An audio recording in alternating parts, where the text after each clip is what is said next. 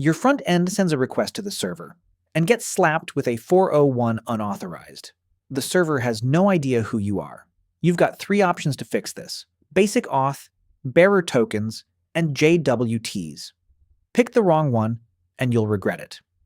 This is API Authentication, Part 1. The foundation every developer needs to understand. But before we pick a method, let's clear up something people confuse all the time. Authentication and authorization, they sound similar, but they solve completely different problems.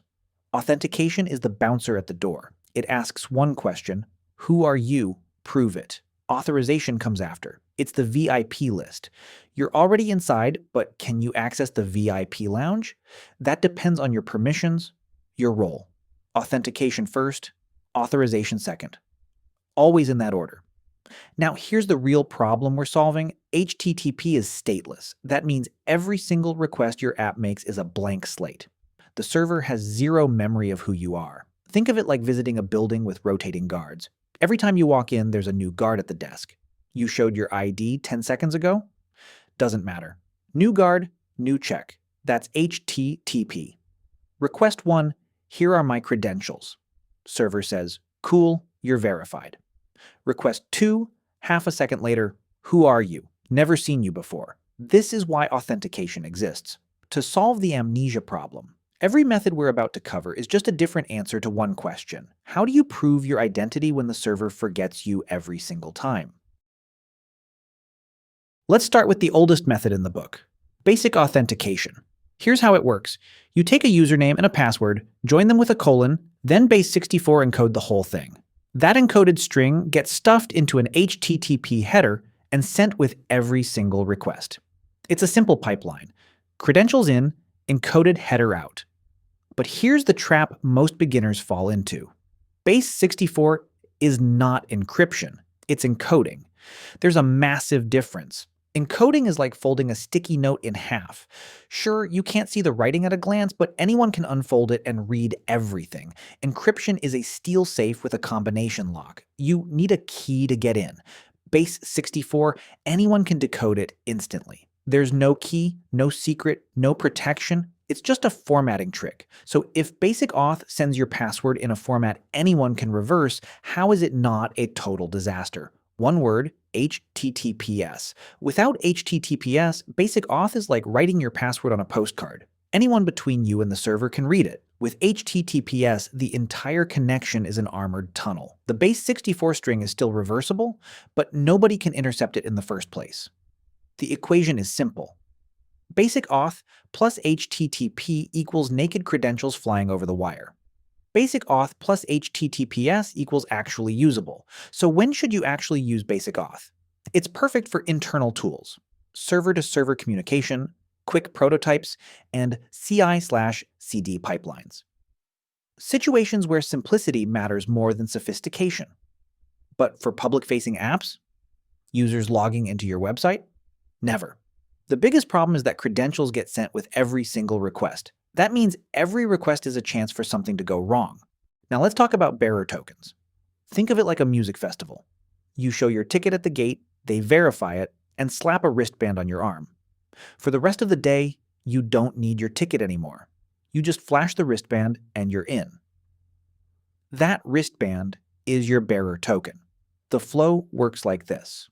First, the client sends a username and password to the server, just once. The server checks the credentials, and if they're valid, it generates a unique token and sends it back.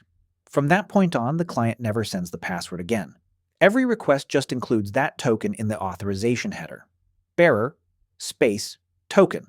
One login, then tokens for everything else. Now, at first glance, this looks like a massive upgrade over basic auth. And it is. But here's the thing about traditional bearer tokens. They're opaque. The token itself is just a random string. It means nothing on its own. Think of it like a coat check ticket. You hand over your coat, they give you a little numbered stub. That stub has no information about your coat. To get your coat back, the attendant has to walk to the rack and look it up. That's exactly what happens with an opaque bearer token. Every time a request comes in, the server receives this random string and has to look it up in the database. Is this token valid? Who does it belong to? What permissions do they have? Every single request triggers a database query. Now, this works fine when you have one server and one database. Simple, clean, no problems. But what happens when you scale? 2 servers, 3 servers. Now, every server needs access to the same token database, or you need a shared Redis cache. Suddenly, your authentication layer requires its own infrastructure. The more servers you add, the more complex the token lookup becomes. This is the scaling wall. It's the fundamental limitation of opaque tokens, and it raises a provocative question. What if the token itself could carry the information the server needs so it never has to look anything up? And that question leads us to JWTs, JSON Web Tokens. If an opaque token is a coat check stub that means nothing on its own, a JWT is a full passport. Open it up and all the information is right there. Who you are, what you can access, when it expires. The server doesn't need to look anything up. Everything it needs is baked into the token itself. A JWT has 3 parts, separated by dots: header, payload, and signature. Let's break each one down. The header is the smallest piece.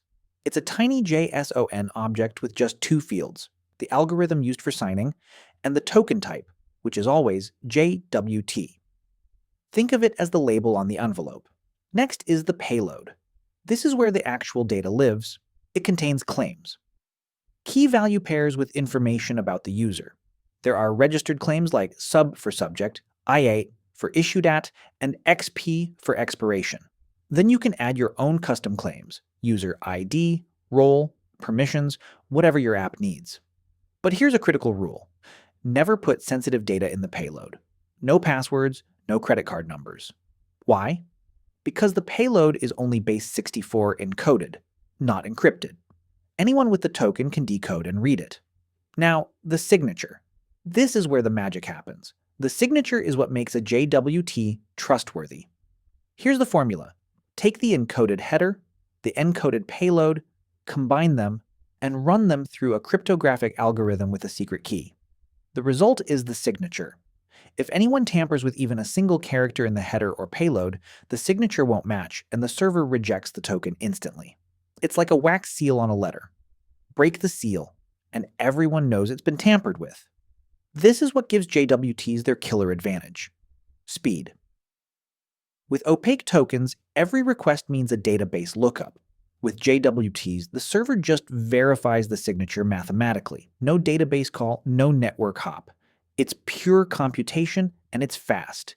Even better, JWTs work across multiple servers without any shared state. Each server can independently verify the token using the same secret key. No Redis cluster, no shared database. But JWTs aren't perfect. They come with a critical trade-off, and if you don't understand it, it will bite you. The problem is revocation.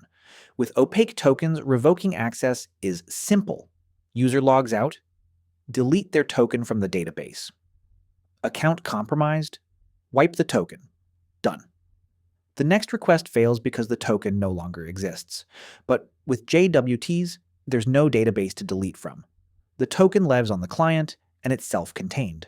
The server never stored it. So even if you know a token is compromised, the server will keep accepting it until it expires. It's like giving someone a VIP pass that's valid for 24 hours. Even if you fire them at hour 2, that pass still works at every door for the remaining 22 hours. You can't recall it. This is why short expiration times are critical. You want JWTs to live for minutes, not hours. The shorter the lifespan, the smaller the window of vulnerability. But short-lived tokens create a new problem. If your access token expires every 15 minutes, does the user have to log in every 15 minutes? That would be a terrible experience. The solution is the refresh token pattern. You issue 2 tokens. A short-lived access token, maybe 15 minutes, that's used for every API request.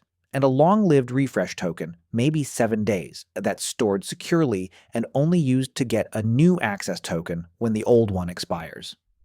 The access token is a JWT. Fast, stateless, self-contained. The refresh token is opaque, stored in the database, revocable instantly. It's the best of both worlds. Speed, when you need it, control when it matters. Now, one more critical detail: signing algorithms. JWTs support two main types: symmetric, like HMA C-SHA256, where the same secret key both signs and verifies the token. Simple, fast, perfect when one server does everything. And asymmetric, like RS256, where a private key signs and a separate public key verifies. This is essential for microservices. The Auth server signs tokens with its private key, and every other service can verify them with the public key without ever knowing the secret. Now, 5 non-negotiable security rules. Rule number 1, always use HTTPS. No exceptions, ever. Without HTTPS, everything we've talked about, basic auth, bearer tokens, JWTs, all of it is sent in plain text. It's like putting locks on a glass door. HTTPS is the wall itself. It encrypts the entire connection. Every authentication method requires it. Rule number 2, where you store tokens matters. Local storage might seem convenient, but any JavaScript on your page can read it. One XSS vulnerability, and an attacker's script reaches right in and steals the token. HTTP-only cookies are the answer. JavaScript physically cannot access them. The browser handles them automatically. Add same site equals strict, and you block CSRF attacks too. That's the recipe. HTTP-only cookie plus same site strict. Best of both worlds. Rule number 3, short expiration times. A JWT valid for 1 year means 1 year of exposure, if it's compromised. A 15-minute access token? That's just a 15-minute window. Massively smaller risk. Rule number 4, never roll your own crypto. Use battle-tested libraries. JSON Web Token in Node, PyJWT in Python, Java JWT in Java. These have been audited by thousands of developers. Your custom implementation, it probably handles edge cases wrong, skips signature checks, or has timing attacks you've never even heard of. Don't do it. Rule number 5, always pin your algorithm. There's a classic JWT attack where someone changes the algorithm header to none, and the server skips verification entirely. The token gets accepted without any check. The fix is simple. When you verify a token, explicitly whitelist the algorithms you accept. Only RS256. Say it in your code. That kills the attack completely. So which one should you actually use? It depends on what you're building. Internal tool, small team, basic auth over HTTPS. Done. Ship it. Don't over-engineer. Public API, multiple servers, JWT, it's stateless, fast, and scales horizontally without shared storage. Simple web app on a single server. Opaque bearer tokens with sessions. Easy revocation, simple logic, battle-tested. The golden rule? Match your authentication complexity to your actual requirements. Not your ambitions, not the latest trend. Your real, honest-to-God needs. Let's do a quick recap. Basic auth. Credentials on every request. Simple, but only for internal tools over HTTPS. Bearer tokens with opaque strings. Log in once. Get a token. Server checks the database each time. Easy to revoke, but needs shared storage. JWT, self-contained, signature verified, no database lookup needed. Scales infinitely, but hard to revoke. Use short expiration and refresh tokens. But we've only covered the foundation. In part 2, we're going deep on OAuth 2.0, how sign-in with Google actually works, PKCE, mobile security done right, and OpenID, connect with single sign-on for the enterprise. Subscribe so you don't miss it.